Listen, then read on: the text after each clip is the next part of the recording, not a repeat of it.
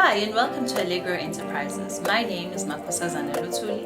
I'm the director of the organization, and today I'm proud to host the Budget Buster mini-series for 2022-2023 fiscal year. My guest today is Mwendabai Kalaluka. Mwendabai is a leading business consultant, academic, and managing consultant of the practice IABC here in Johannesburg. Hi Mwendabai, it's good to have you. Hi Makhosazane, nice to be with you today.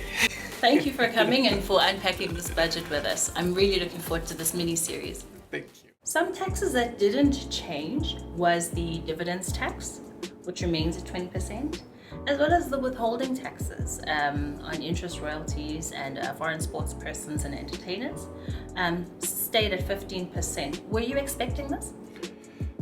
To be honest, we didn't foresee any changes coming in there, especially for the dividend tax, considering that it was adjusted just about 2-3 tax seasons ago when it was increased from 15 to 20%. And I don't think the business fraternity would be able to take another increase on it. So that for me it was expected.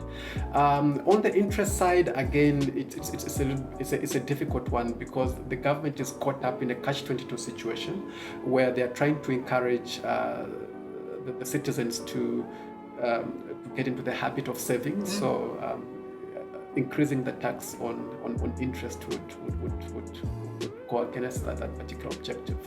But overall, there were no changes, and really there were no changes that were anticipated. And just interestingly enough, there's one that you didn't mention, which is the security transfer tax. Yes, and that also didn't change. But I think for me, the reason why it comes to mind is that for the business fraternity, what I find is that there's a lot of lack of awareness of that particular one tax when people are changing their members' interest in close corporations and transferring shares sometimes to relatives and friends and restructuring their businesses. I think a lot of businesses actually completely ignore the security transfer tax. And it's interesting because we find the same even with dividends tax because you need to declare it. Yes. Oftentimes people are just not aware. And then when they are aware, it's also the administrative process of going through that and completing the declarations, which businesses sometimes miss.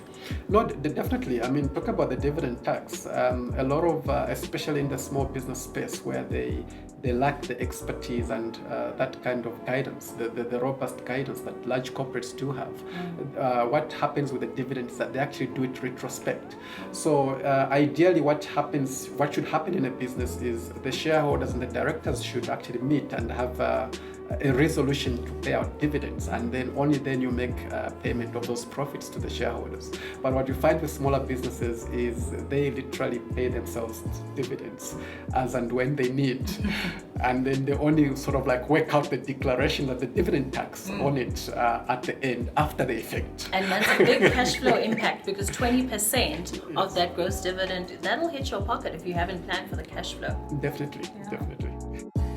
I want to touch briefly on personal income tax, and I know that the brackets were adjusted to give taxpayers some relief. Maybe you can speak about this.